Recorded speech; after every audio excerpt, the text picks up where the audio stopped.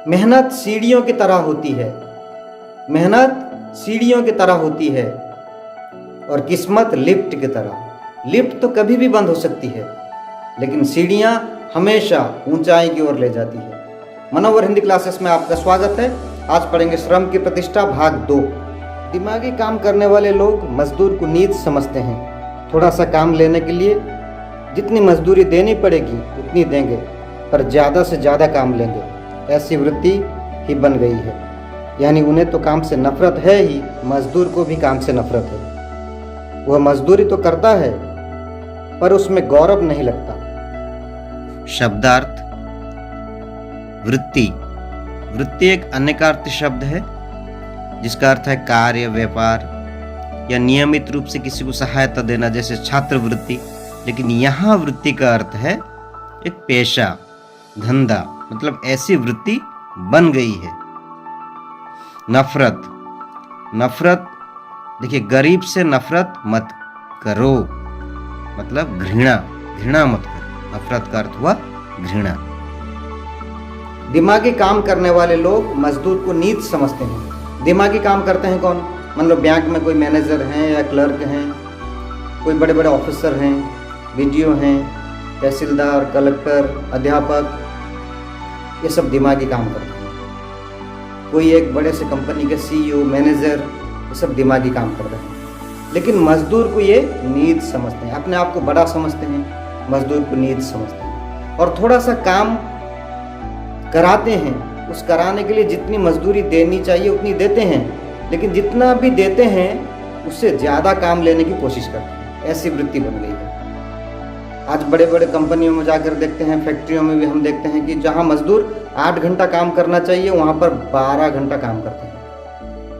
8 घंटे के जगह में और 4 घंटा काम ज़्यादा कराते हैं। उसके लिए कोई ज़्यादा पैसा नहीं देते हैं, उतनी ही मजदूरी देते हैं, लेकिन काम ज़्यादा लेते हैं। कहीं 8 घंटा भी काम कराते हैं, लेकिन वो चाहते हैं 8 घंटे का जो काम है उसमें भी हम और ज़्यादा से ज़्यादा काम कराएंगे मजदूरों को। पैसा उतना देंगे लेकिन काम ज़्यादा लेना चाहते हैं। काम के प्रति नफरत उनके मन में है। ऐसी वृत्ति बन गई है। मजदूरों के मन में भी काम के प्रति नफरत बन गई है। आज मजदूर मजदूरी करता है लेकिन उसको उसमें मज़ा नहीं आता है, आनंद नहीं आता है, क्योंकि वह लाचारी से करता है, वह मजबूरी से करता है। मजदूरी करेगा तभी उसके परिवार का भरण पोषण होगा, उसका पेट भरेगा, ऐसा सोच करके वो करता है। श्रम करके उसे आनंद नहीं मिलता है, उसे भी काम के प्रति नफरत हो गई है। उसके मन में भी काम के प्रति नफरत है। आज ऐसा देखा जाता है, यानी श्रम के प्रति किसी के मन में कोई आनंद नहीं है। श्रम करने के लिए सबको श्रम से नफरत ही है। ये वृत्ति बन गई है। आज ऐसा हालत हो गया है। आज मजदूर मजदूरी करता है पर उसमें उसे गौरव नहीं लगता है, उसे आनंद नहीं आता है। ये हालत हो गई है। रामायण में भी एक कहानी है, अच्छी है, सुनने लायक है। राम जी का वनवास हुआ तो सीता जी ने कहा मैं भी जाऊंगी। उसे आदत नहीं थी ऐसे जीवन की, पर उसने निश्चय किया था कि जहां राम जी वहां मैं। पर जब कौशल्या ने सुना तो कहा सीता का जाना कैसे होगा, मैंने तो उसे दीप की बाती भी जलाने नहीं दी। यानी यहां भी काम की प्रतिष्ठा मानी नहीं गई। इसमें अच्छाई भी है कि ससुर के घर लड़की गई तो उसे बेटी समान माना, पर मेहनत को हीन माना गया, वह इसमें दिखता है। शब्दार्थ। लायक। देखिए, यह दृश्य देखने लायक है, मतलब योग्य। लायक का अर्थ हुआ योग्य। मेहनत। जो मेहनत करेगा उसे सफलता मिलेगी, मतलब परिश्रम। रामायण में भी एक कहानी है, अच्छी है, सुनने लायक कहानी। जब राम जी को वनवास हुआ, 14 साल का वनवास, क्या राम जी अकेले गए थे? नहीं, उनके साथ कौन कौन गए थे? सीता और लक्ष्मण, ये दोनों भी उनके साथ गए। तो यही कहानी है। जब राम जी को वनवास हुआ तो सीता ने कहा मैं भी जाऊंगी। उन्हें ऐसी जीवन की आदत नहीं थी।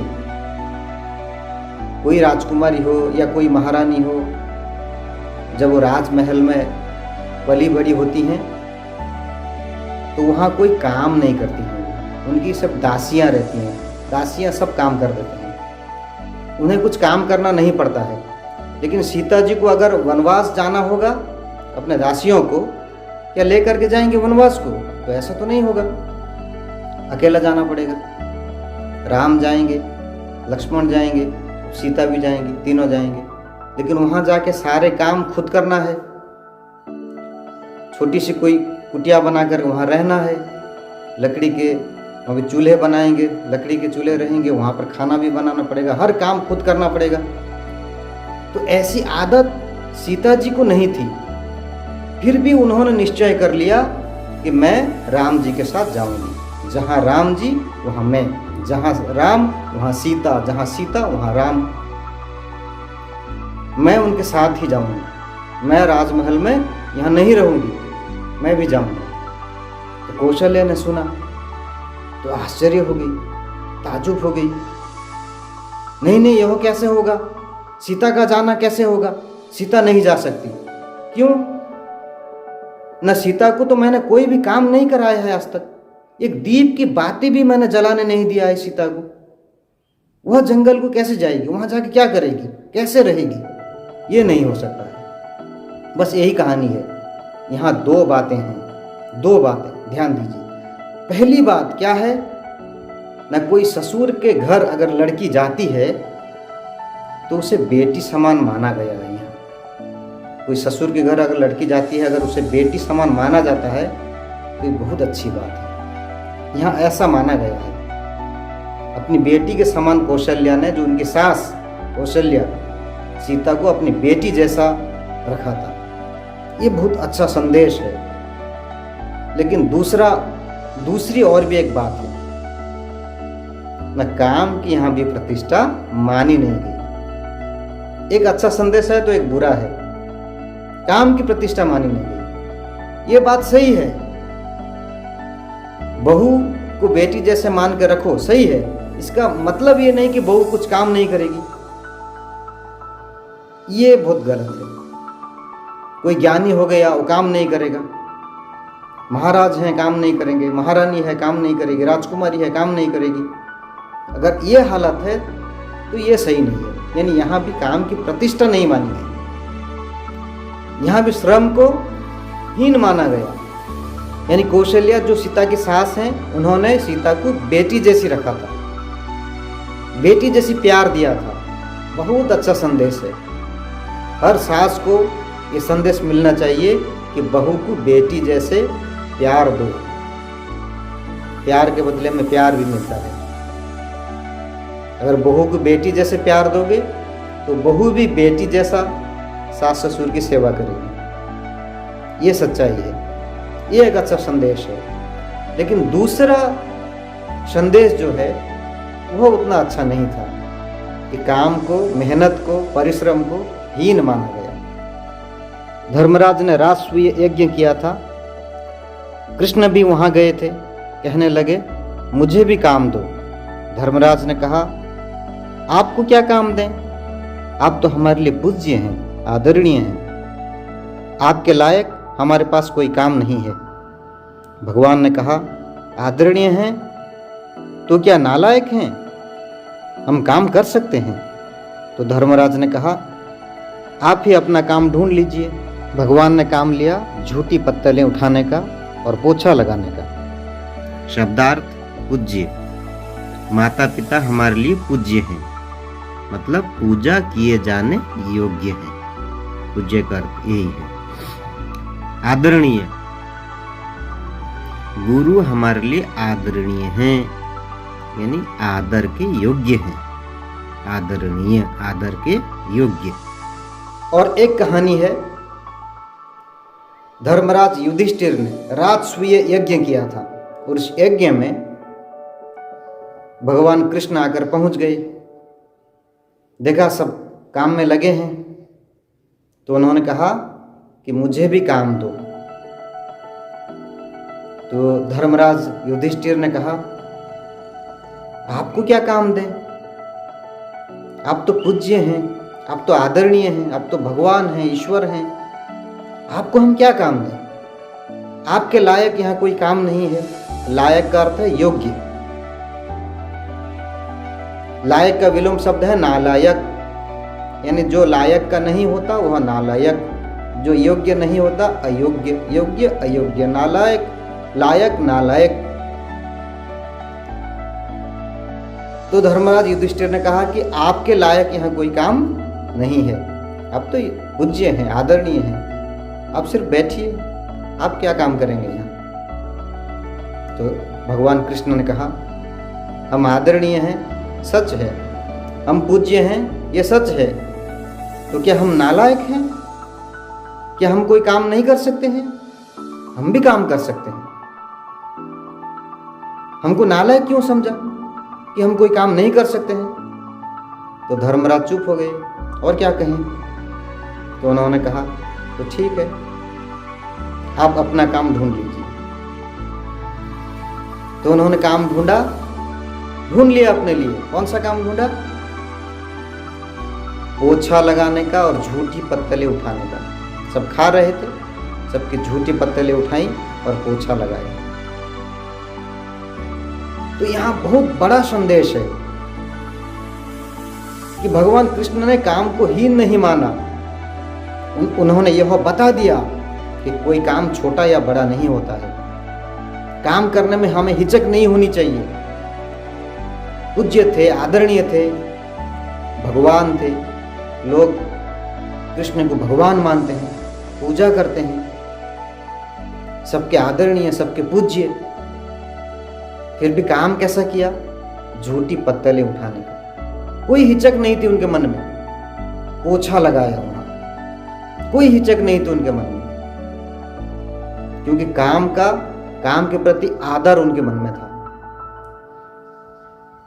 वे यह संदेश देना चाहते थे कि हर इंसान को काम करना चाहिए। कोई भी काम हो, अपना काम खुद करो। कोई काम को हीन मत समझो, कोई काम को छोटा मत समझो। ये बहुत बड़ा एक संदेश भगवान कृष्ण ने दिया था। तो बच्चों, अब होगा तुम्हारा सेल्फ टेस्ट यानी आत्म परीक्षण। 10 नंबर, 1 से लेके 5 तक के प्रश्नों के उत्तर को एक एक वाक्य में दीजिए। ऐसे ही 6 से लेके 10 तक के प्रश्नों के उत्तर को एक एक शब्दों में दीजिए। तो ऐसे ही एक उत्तर पेपर तैयार कर लीजिए। जैसा मैं लिखा हूँ बिल्कुल वैसे ही लिख दीजिए। अपना नाम, आत्म परीक्षण, सेल्फ टेस्ट 1 नंबर से लेकर 10 नंबर तक जैसे लिखा हूँ वैसे लिख दीजिए। तो अब तैयार हो जाओ, अब होगा तुम्हारा सेल्फ टेस्ट। कौन मजदूरों को नीच समझते हैं?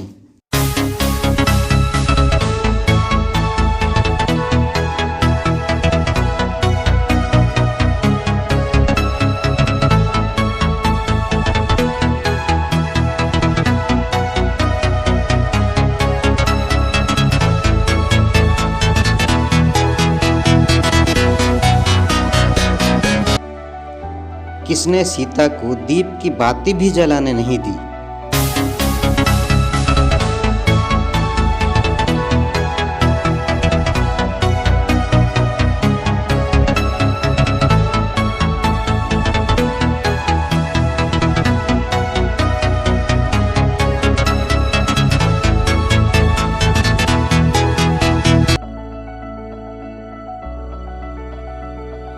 मजदूर को मजदूरी करने में क्या नहीं लगता?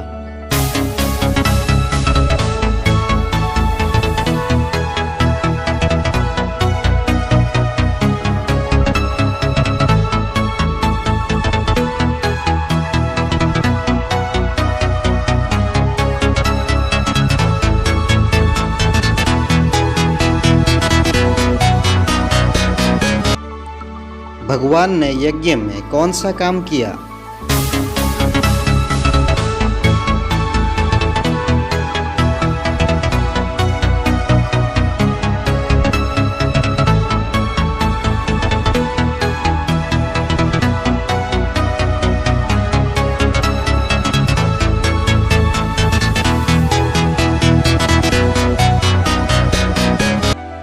लायक शब्द को वाक्य में प्रयोग कीजिए।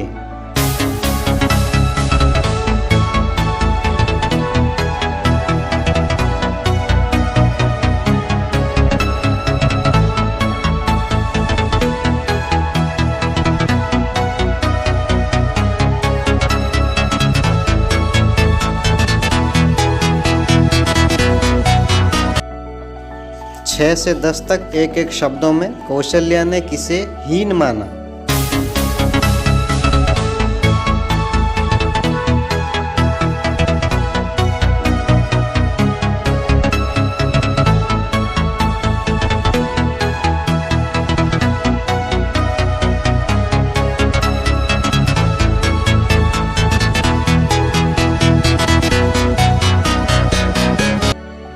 वृत्ति का अर्थ क्या है?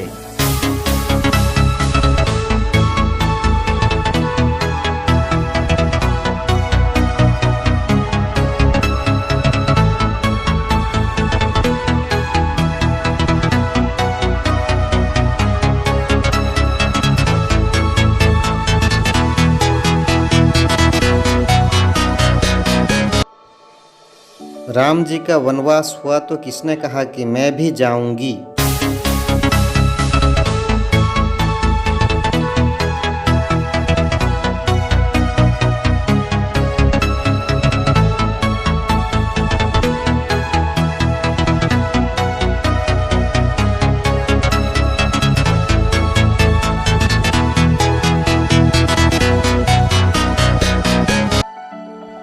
राजसूय यज्ञ किसने किया था?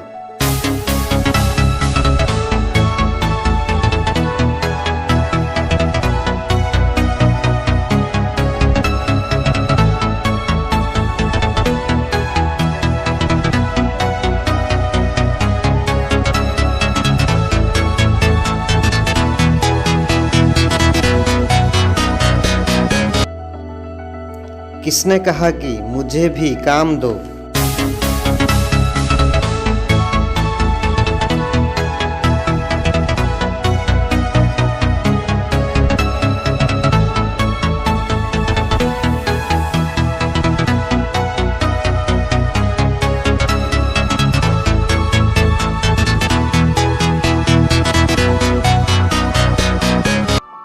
सेल्फ टेस्ट यानी आत्म परीक्षण के उत्तर।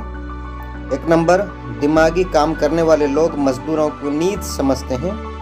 2, कौशल्या ने सीता को दीप की बाती भी जलाने नहीं दी। 3, मजदूरों को मजदूरी करने में गौरव नहीं लगता। 4, भगवान ने यज्ञ में झूठी पत्तलें उठाने और पोछा लगाने का काम किया। 5, आपके लायक हमारे पास एक काम है। 6, मेहनत को। 7, पेशा। 8, सीता ने। 9, धर्मराज ने। 10, भगवान कृष्ण ने। अगर पाठ समझ में आया, अच्छा लगा तो हमारे चैनल को सबसे पहले सब्सक्राइब कर लीजिए। सब्सक्राइब करने के साथ साथ बेल आइकन को प्रेस कर दीजिए ताकि जो भी पाठ हम बना करके लेके आएंगे उसका नोटिफिकेशन आप तक बहुत जल्द पहुंच जाएगा, यानी हमारा पाठ आप तक डायरेक्ट पहुंच जाएगा। लाइक भी कीजिए, शेयर भी कीजिए, कमेंट्स भी लिखिए, सब्सक्राइब कर लीजिए। घर में रहिए, स्वस्थ रहिए, सुरक्षित रहिए। अगर ज़रूरी काम हो तो घर से बाहर निकलिए। निकलते समय मास्क लगाना मत भूलिए। सोशल डिस्टेंसिंग का मेंटेन कीजिए। घर में ही रहिए, स्वस्थ रहिए, सुरक्षित रहिए। धन्यवाद।